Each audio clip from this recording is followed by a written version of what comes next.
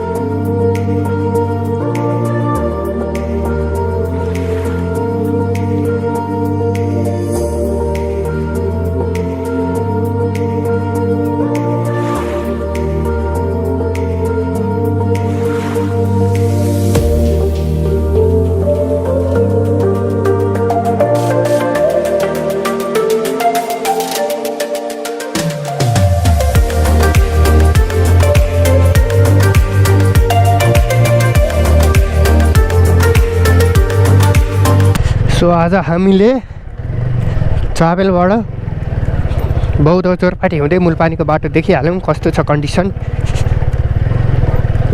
यो कन्डिसन भनेको चाहिँ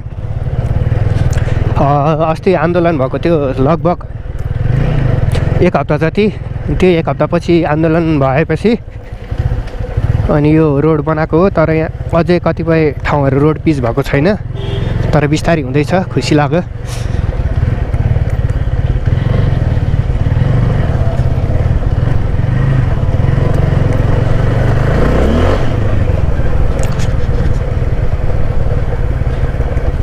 यस्तै हो, तर यता चाहिँ पुरै खाल्डङ खुल्डुङै छ।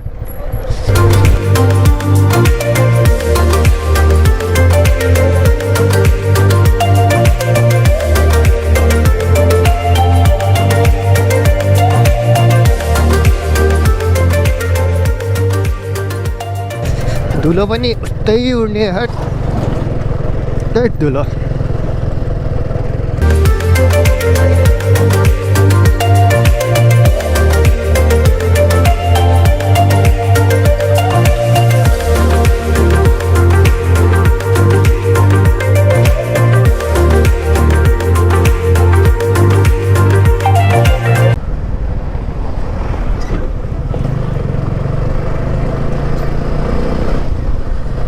बाटो पिच भएर पनि पुरा मजा आइरहेछ क्या चलाउन।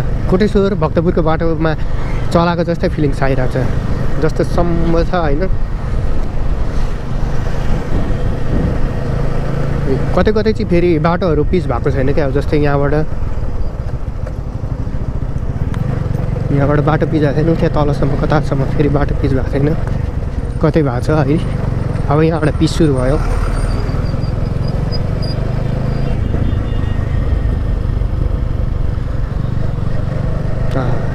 यहाँबाट चाहिँ दुईवटा पार्टिसन गरेको छ क्या, एउटा चाहिँ अलि तल छ बाटो पिच, एउटा चाहिँ यो लेफ्ट साइडको चाहिँ अहिले जुन वेमा छु त्यो चाहिँ अलि बाक्लो छ।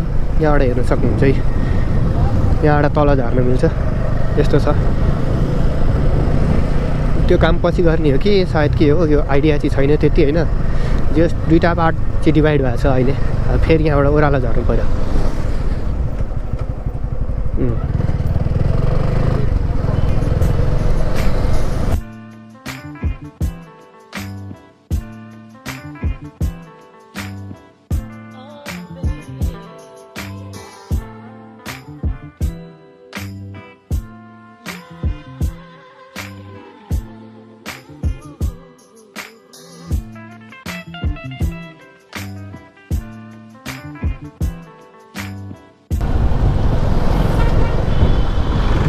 कुदाउन चाहिँ के आनन्द आइरहेछ क्या।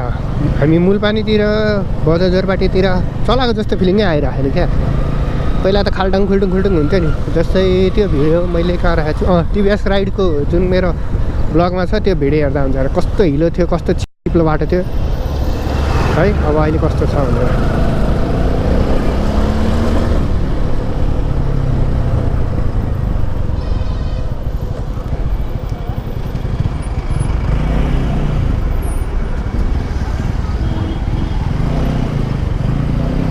सक्छ ओभरटेक गर्दैन, सक्दैन रिस नगर। अनि जहाँ मन लाग्यो त्यही रोक्दैन हुन्छ त रिस नगरौँ अरे। अनि जहाँ मन लाग्यो त्यही रोकिदिने के अब।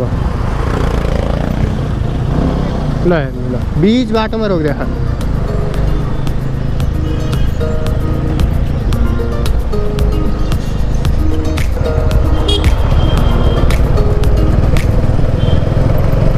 यहाँ चाहिँ धुलो धेरै उठ्छ क्या।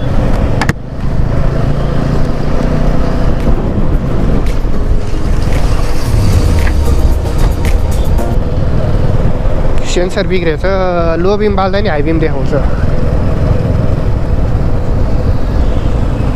मलाई सायद यहाँबाट लेफ्ट छिरेर घर जानु पर्ला जस्तो लागिरहेछ। त्यही गर्दा बेटर होला जस्तो लाग्यो। धुलोमा बसेर चाबेलको जाममा बस्नुभन्दा